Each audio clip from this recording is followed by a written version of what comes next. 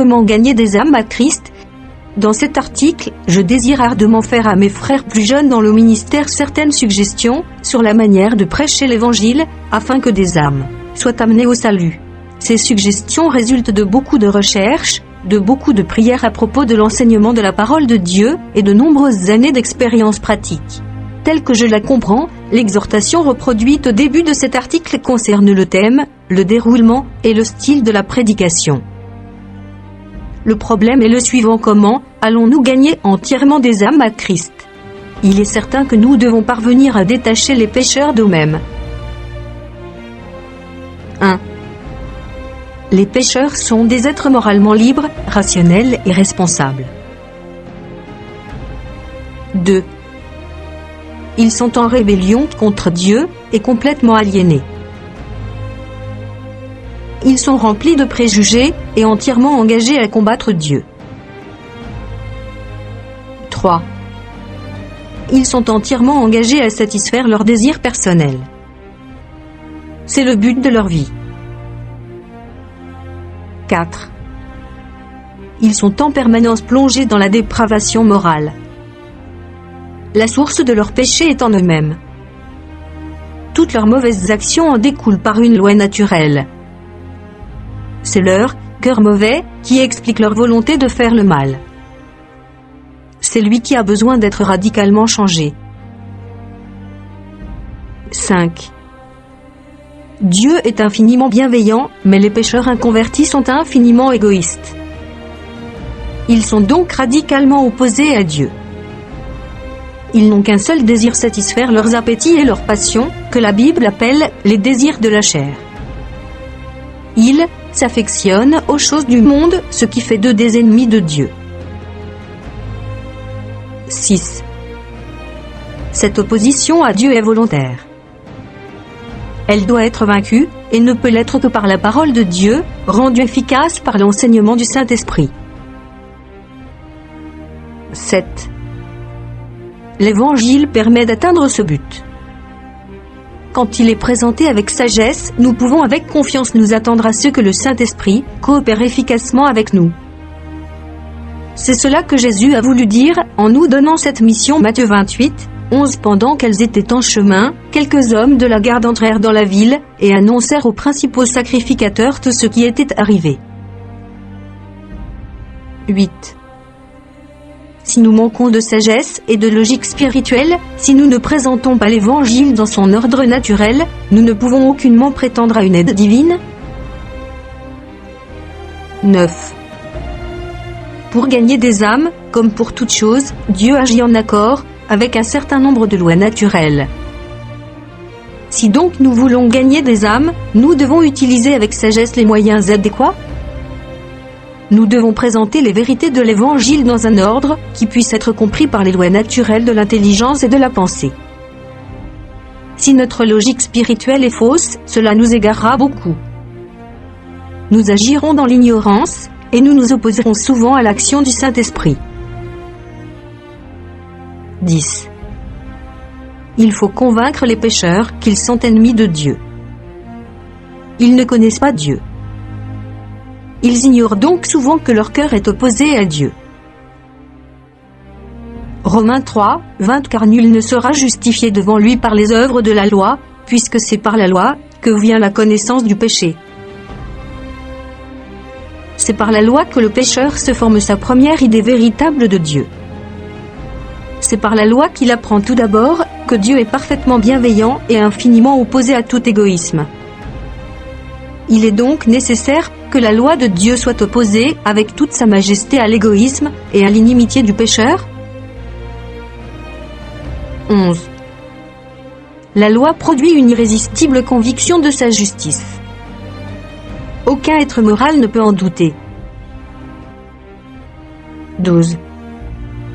Tous les hommes savent qu'ils ont péché, mais tous ne sont pas convaincus de la culpabilité et des conséquences funestes du péché. La plupart sont insouciants. Ils ne ressentent pas le fardeau du péché, ni les horreurs et les terreurs du remords. Ils n'ont aucune conscience de leur condamnation, ni de leur état de perdition. 13. C'est pourquoi il leur est impossible de comprendre et d'apprécier le moyen de salut que leur présente l'Évangile. Nous ne pouvons demander ou accepter un pardon de manière intelligente et sincère que lorsque nous voyons et comprenons la réalité et la justice de notre condamnation. 14. Il est absurde de supposer qu'un pécheur insouciant, qui n'est pas convaincu de péché, puisse accepter avec intelligence et reconnaissance le pardon que lui offre l'Évangile, tant qu'il n'a pas compris que Dieu était juste en le condamnant. La conversion à Jésus-Christ est un changement intelligent. Il faut être convaincu des conséquences funestes du péché pour accepter la miséricorde de Dieu.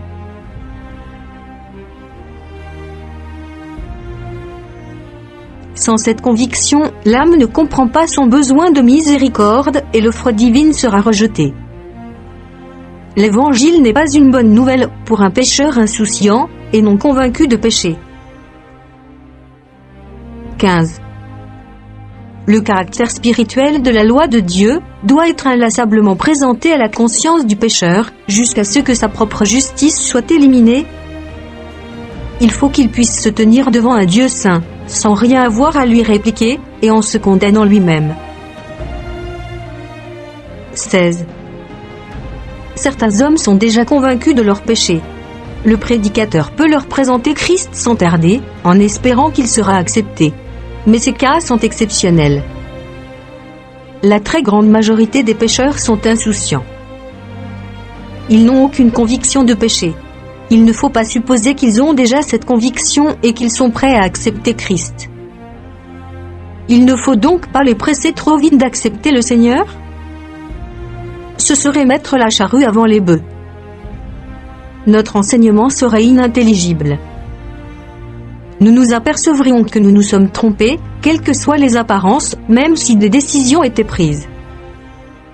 Cette présentation de l'Évangile peut donner un espoir aux pécheurs, mais ce serait un faux espoir, à moins que le Saint-Esprit fasse lui-même ce que le prédicateur a omis de faire. Il faut absolument passer par toutes les étapes de la présentation de la vérité. 17. Lorsque la loi a accompli son œuvre, lorsqu'elle a éliminé toute propre justice et acculé le pécheur à accepter la miséricorde divine, il faut alors lui faire comprendre qu'il court le grand danger de voir s'exécuter la peine attachée à la violation de la loi. 18. C'est à ce moment précis qu'il faut faire comprendre au pécheur qu'il ne doit pas espérer être pardonné sans que la justice de Dieu soit satisfaite, simplement parce que Dieu est bienveillant. Il faut que la justice divine soit satisfaite pour que la bienveillance de Dieu puisse pardonner le péché.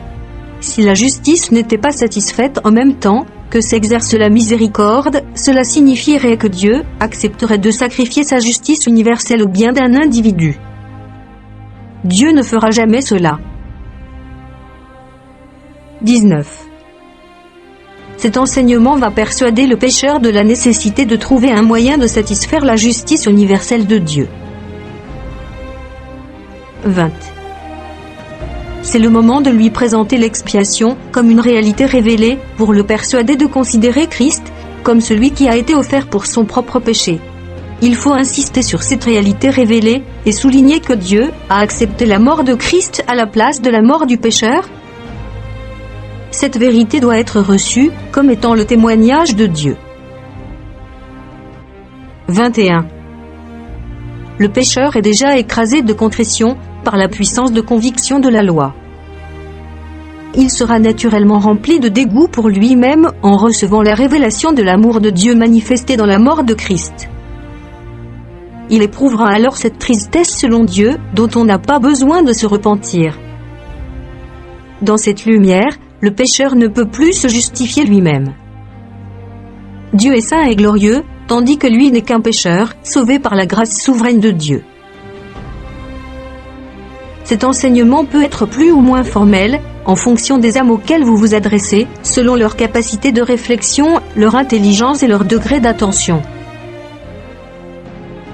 22. Ce n'est pas un hasard si la dispensation de la loi a précédé celle de la grâce. C'est dans l'ordre naturel des choses. cela s'accorde avec les lois mentales de l'homme. Plus que jamais, la loi doit frayer le chemin à l'Évangile. Si vous négligez cette vérité, lorsque vous instruisez des âmes, vous ferez naître presque à coup sûr de fausses espérances. Vous définirez de mauvais critères de vie chrétienne, et vous remplirez l'Église de convertis superficiels. Le temps vous le prouvera. 23. Il faut prêcher la vérité aux personnes présentes. Il faut la présenter de telle manière que chacun se sentira personnellement concerné par ce que vous dites. Il faut qu'on puisse dire de vous, il ne prêche pas, mais il explique ce que les autres prêchent. Il semble s'adresser personnellement à moi. 24. Cette manière de prêcher attirera l'attention de vos auditeurs, qui ne feront plus attention à la longueur de votre prédication. Ils se fatigueront s'ils ne voient aucun intérêt personnel dans ce que vous dites. Vous devez absolument les intéresser à ce que vous dites pour pouvoir les convertir. Quand leur intérêt est ainsi retenu et qu'ils suivent avec attention votre sujet, ils se plaindront rarement de la longueur de votre sermon. Presque toujours, quand les gens se plaignent de la longueur d'un sermon, c'est parce que nous n'avons pas réussi à les intéresser personnellement à ce que nous disons. 25. Il peut y avoir plusieurs raisons pour lesquelles nous n'arrivons pas à retenir leur intérêt. Nous ne nous sommes pas adressés à eux personnellement, nous manquons d'onction et de sérieux, nous manquons de clarté et de force, nous manquons en tout cas de quelque chose que nous devrions posséder. Il est indispensable que nous leur fassions comprendre que c'est Dieu qui leur parle en même temps que nous. 26. Ne croyez pas que votre piété personnelle suffira à vous permettre de gagner des âmes. Ce n'est que l'une des conditions de votre succès. Vous devez avoir du bon sens et de la sagesse spirituelle pour adapter les moyens au but recherché. Il faut employer avec sagesse tous les éléments vous permettant d'atteindre votre objectif, le sujet, la manière de le présenter, l'ordre des arguments, le temps et le lieu. 27. Pour convertir des âmes, Dieu peut parfois se servir d'hommes qui ne sont pas spirituels, mais qui possèdent cette sagesse naturelle leur permettant d'adapter les moyens au but qu'ils recherchent. Mais la Bible nous indique clairement que ce sont des cas exceptionnels. Même s'il est spirituel, un chrétien sera incapable de gagner des âmes à Christ s'il ne possède pas cette sagesse et s'il ne sait pas adapter les moyens nécessaires au but recherché. 28. L'instruction que vous donnez aux âmes doit être adaptée à leur intelligence. Quelques vérités simples, exposées avec sagesse et illuminées par le Saint-Esprit, suffisent à convertir des enfants. Je répète que ces vérités doivent être exposées avec sagesse, car les enfants sont aussi des pécheurs. Ils ont besoin d'être placés sous la loi comme un précepteur pour être amenés à Christ et pouvoir être justifiés par la foi. On s'apercevra tôt ou tard que de soi-disant conversion à Christ était superficielle, parce que l'on a négligé le travail préparatoire de la loi. Jésus-Christ n'a pas été reçu comme le sauveur du péché et de la condamnation. 29. Quant aux pécheurs éduqués et cultivés, qui, après tout, n'ont pas de conviction de péché, et sont sceptiques dans leur cœur, ils ont besoin d'une présentation de la vérité, bien plus approfondie et complète. Il faut que le filet de l'Évangile enveloppe entièrement ces professionnels et qu'il n'ait aucune possibilité de s'échapper. Quand on les traite de cette manière, plus ils sont intelligents et plus on est certain de les voir se convertir. Je me suis rendu compte qu'une série de conférences s'adressant à des avocats, lorsqu'elles sont adaptées à leur manière de penser et de raisonner, constitue un moyen extrêmement sûr de les conduire à la conversion. 30. Si nous voulons réussir à gagner des âmes, nous devons savoir observer. Nous devons étudier les caractères des individus et tenir compte des réalités de l'expérience. Nous devons exposer à la conscience des hommes de toute classe les vérités observées et révélées. 31. Assurez-vous de bien expliquer les termes que vous employez. Avant ma conversion, je n'ai jamais entendu quelqu'un m'expliquer d'une manière intelligible les termes de repentance, foi, régénération et conversion. On m'a expliqué que la repentance était un sentiment. La foi m'a été présentée comme un acte ou un état intellectuel et non comme un acte volontaire de confiance. La régénération m'a été présentée comme une sorte de changement physique dans ma nature, produit directement par la puissance du Saint-Esprit, alors qu'il s'agit en réalité d'un changement volontaire dans les préférences ultimes de l'âme, changement produit par l'illumination du Saint-Esprit. Même la conversion m'a été présentée comme étant l'œuvre du Saint-Esprit, mais en cachant le fait qu'il s'agit d'une décision personnelle du pécheur lorsqu'il est persuadé par le Saint-Esprit. 32. Insistez bien sur le fait que la repentance implique une renonciation volontaire à tout péché et qu'elle est un changement radical de notre attitude devant Dieu. 33. Insistez aussi sur le fait que la foi qui sauve est une confiance en Christ qui vient du cœur, qu'elle est agissante par l'amour, qu'elle purifie le cœur et qu'elle triomphe du monde. Si notre foi manque de l'un de ces attributs, il ne s'agit pas de la foi qui sauve. 34. Il faut demander au pécheur de faire un certain nombre d'opérations mentales. Il doit comprendre lesquelles. Si notre manière de penser est mauvaise, cela conduit dans l'erreur et peut tromper d'une manière fatale l'âme qui cherche la vérité. Les pécheurs sont souvent conduits sur des voies de traverse. On essaye de leur faire sentir quelque chose au lieu de les inciter à prendre les décisions de leur volonté qui s'imposent. Avant ma conversion, personne ne m'a expliqué de manière intelligible quelles étaient les opérations mentales que Dieu exigeait de moi. 35. Le caractère trompeur du péché rend l'âme qui recherche la vérité extrêmement exposée à être séduite. Il faut donc que ceux qui enseignent la parole de Dieu aillent droit au but et explorent soigneusement tous les recoins où le pécheur pourrait se cacher pour y trouver un refuge trompeur. Soyez aussi complet et précis que vous le pourrez pour qu'il soit pratiquement impossible pour l'âme qui cherche de s'accrocher à un faux espoir. 36. Ne craignez pas d'aller au fond des choses. Ne faites preuve d'aucune fausse pitié et ne mettez pas d'emplâtre sur une plaie qui a besoin d'être nettoyée en profondeur. Ne craignez pas de décourager le pécheur lorsqu'il est convaincu de pécher.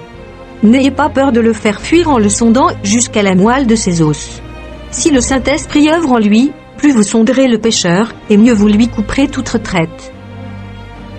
Il ne pourra plus continuer à pécher tranquillement. 37. Si vous voulez conduire une âme au salut, n'épargnez aucune main droite, aucun œil droit, aucune idole chérie. Veillez bien à ce que le pécheur renonce à toute forme de péché. Insistez sur le fait qu'ils doivent demander pardon à tous ceux qu'il a offensés. Demandez-lui de faire une restitution complète à tous ceux qu'il a pu léser, autant qu'il lui sera possible. Ne manquez pas d'expliquer les enseignements de Christ sur ce sujet. Quelle que soit la personnalité du pécheur, faites-lui clairement comprendre qu'il ne peut pas être un disciple de Christ s'il ne renonce pas à tout ce qu'il possède. Dites-lui bien qu'il doit totalement se consacrer à Dieu, avec toutes les capacités de son corps et de son intelligence, avec tout ce qu'il possède et avec tout ce qu'il est. Montrez-lui clairement qu'il doit, pour être accepté par Dieu, renoncer totalement à lui-même et à toute chose, et qu'il ne s'appartient plus. 38. Vous devez vous-même comprendre que la foi et la repentance véritable impliquent tout ce qui vient d'être dit. Sans cela, il n'y a aucune véritable consécration. Si vous le pouvez, faites-le comprendre aux pécheurs. 39. Rappelez constamment au pécheur qu'il a affaire à Christ en personne. Montrez-lui que c'est Dieu en Christ qui cherche à le réconcilier avec lui-même et que la condition de cette réconciliation est qu'il abandonne entre les mains de Dieu sa volonté personnelle et son être tout entier. Il ne doit pas en garder une miette pour lui. 40. Affirmez-lui que Dieu lui a donné la vie éternelle et que cette vie est dans son Fils. Dites-lui que Christ a été fait pour lui, sagesse, justice, sanctification et rédemption. Rappelez-lui que c'est en Christ qu'il trouvera un plein et complet salut. 41. Quand vous serez sûr que l'âme a compris et accepté cet enseignement, et que Christ lui a été révélé, rappelez-lui qu'il lui faut absolument persévérer jusqu'à la fin. C'est encore une condition du salut. Vous devrez à présent travailler avec ardeur à empêcher une âme de rétrograder. Vous devrez l'aider à vivre dans une sanctification permanente, pour qu'elle soit définitivement scellée pour la gloire éternelle. 42. N'est-il pas vrai que lorsque des convertis rétrogradent, cela indique très souvent un grave défaut dans l'enseignement qu'ils ont reçu sur ce sujet? Pourquoi tant de reconvertis, quelques mois à peine après leur conversion apparente, perdent leur premier amour, perdent toute ferveur spirituelle, négligeant leurs devoirs, et vivent comme ceux du monde en n'étant plus que des chrétiens de nom? 43. Un prédicateur réellement efficace est celui qui non seulement gagne des âmes à Christ, mais aussi les garde à Christ. Il doit s'occuper non seulement de leur conversion, mais aussi de leur sanctification permanente. 44. Rien n'est plus clair dans la Bible que la promesse d'une sanctification permanente. 1 Thessaloniciens 5, 23-24, que le Dieu de paix vous sanctifie lui-même tout entier, et que tout votre être, l'esprit, l'âme et le corps, soit conservé irrépréhensible lors de l'avènement de notre Seigneur Jésus-Christ. Celui qui vous a appelé est fidèle, et c'est lui qui le fera. Il s'agit là, sans l'ombre d'un doute, d'une prière de l'apôtre, pour que nous soyons conservés dans une sanctification permanente dans cette vie. Cette prière est assortie d'une promesse expresse, que c'est celui qui nous a appelés qui le fera. 45. Les Écritures nous enseignent que nous ne sommes scellés du Saint-Esprit promis qu'après avoir cru. Ce scellement constitue un gage de notre salut. Éphésiens 1, 13-14. En lui vous aussi, après avoir entendu la parole de la vérité, l'évangile de votre salut, en lui vous avez cru et vous avez été scellés du Saint-Esprit, qui avait été promis, lequel est un gage de notre héritage, pour la rédemption de ceux que Dieu s'est acquis, à la louange de sa gloire. Ce scellement, ce gage de notre héritage, est ce qui nous assure notre salut. C'est pourquoi l'apôtre dit dans Éphésiens 4, 30 n'attristez pas le Saint-Esprit de Dieu, par lequel vous avez été scellés pour le jour de la rédemption. Il ajoute dans 2 Corinthiens 1, 21-22, et celui qui nous a fait mis avec vous en Christ, et qui nous a oints, c'est Dieu, lequel nous a aussi marqués d'un sceau, et a mis dans nos cœurs les arts de l'Esprit. Nous sommes ainsi affermis en Christ, et oints du Saint-Esprit. Nous sommes aussi scellés par le gage de l'Esprit dans notre cœur. Notez bien que nous recevons cette bénédiction après avoir cru, comme nous le dit Paul dans l'épître aux Éphésiens déjà cité. Il est donc d'une extrême importance d'apprendre aux convertis à ne se satisfaire de rien d'autre qu'une sanctification permanente, étant scellés et affermis en Christ par cette onction spéciale du Saint-Esprit. 46. Frères, il est donc nécessaire que nous sachions aussi ce que cela représente dans notre propre vie, et que nous l'ayons nous-mêmes expérimenté. Sinon, nous ne pourrons pas conduire des convertis dans cette expérience. Nous échouerons lamentablement dans notre enseignement, en laissant de côté ce qui constitue la richesse et la plénitude de l'Évangile. 47. Il faut comprendre que si une telle expérience est rare parmi les prédicateurs, elle sera discréditée dans les églises. Il sera ensuite presque impossible à un prédicateur isolé de surmonter l'incrédulité de son église et de lui faire accepter cette doctrine. Elle mettra en doute cet enseignement, car il y en a si peu qui le prêchent et qui le croient. Si son pasteur insiste, l'église dira que l'expérience personnelle de ce dernier n'est due qu'à son tempérament particulier. L'Église ne pourra pas recevoir cette onction à cause de son incrédulité. Dans ces circonstances, il est d'autant plus nécessaire d'insister beaucoup sur l'importance et le privilège de la sanctification permanente. 48. Le péché est causé par une mentalité charnelle. péché, c'est obéir au désir de la chair et des pensées charnelles. La sanctification permanente est une consécration totale et permanente à Dieu. Elle implique le refus d'obéir au désir de la chair ou des pensées humaines. Quand nous sommes baptisés et scellés par le Saint-Esprit, nous pouvons vaincre la puissance des désirs charnels. Nous sommes fortifiés dans notre volonté de résister à l'impulsion de nos désirs. Nous pouvons demeurer en permanence dans une offrande complète de tout notre être à Dieu. 49. Si nous restons silencieux sur ce sujet, on peut naturellement en conclure soit que nous sommes dans l'ignorance à ce propos, soit que nous ne sommes nous-mêmes jamais passés par cette expérience. Cela sera inévitablement une pierre d'achoppement pour l'Église. 50. Il s'agit indéniablement d'une importante doctrine, clairement enseignée par l'Évangile. Nous y trouvons en vérité la richesse et la plénitude de l'Évangile. En omettant d'enseigner cette doctrine, nous privons l'Église de son héritage le plus riche. 51. Le témoignage donné par l'Église dans ce domaine a été lamentable. Il en est de même, dans une grande mesure, pour le témoignage donné par les ministères. L'Église a été privée de cet héritage ? Est-il donc étonnant qu'elle rétrograde ? Il est vrai qu'un petit nombre de chrétiens fidèles continuent, ça ou là, à insister sur cette doctrine. Mais leur témoignage est presque réduit à néant, par le contre-témoignage et le silence coupable de la grande masse des témoins de Christ. 52.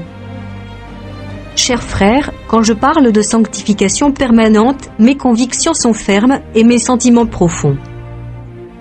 Je ne vous cache donc pas que, pour moi, le peu de succès de la prédication de l'Évangile, je le crains, est dû au fait que les prédicateurs eux-mêmes ne sont pas passés par cette expérience, pour beaucoup d'entre eux. Je ne vous le dis pas comme un reproche, ce n'est pas mon intention.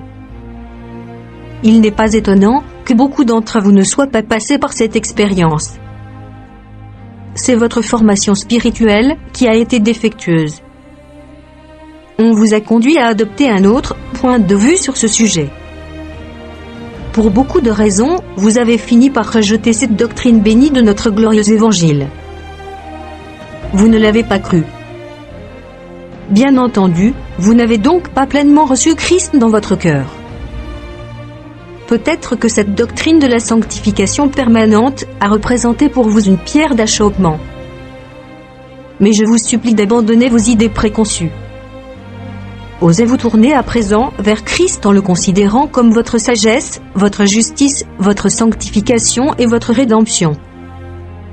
Vous verrez s'il ne vous donne pas infiniment au-delà de tout ce que vous pourrez demander ou penser. 53. Nous ne devons permettre à aucun homme, qu'il soit chrétien ou pécheur, de vivre en paix en pratiquant un péché quelconque. Autant que nous le pouvons, nous ne devons permettre à personne d'espérer entrer un jour au ciel, s'il continue à pratiquer un péché quelconque. Notre exigence et nos exhortations doivent être sans cesse, soyez saints, car Dieu est saint.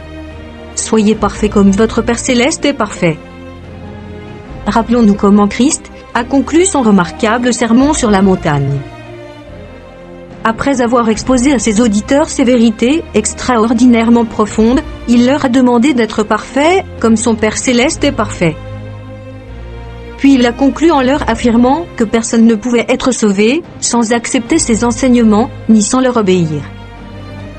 Au lieu d'essayer de faire plaisir à ceux qui vivent dans leur péché, nous devons continuellement nous efforcer de les persuader d'en sortir. Frères, faisons-le, si nous ne voulons pas avoir nos vêtements tachés par leur sang.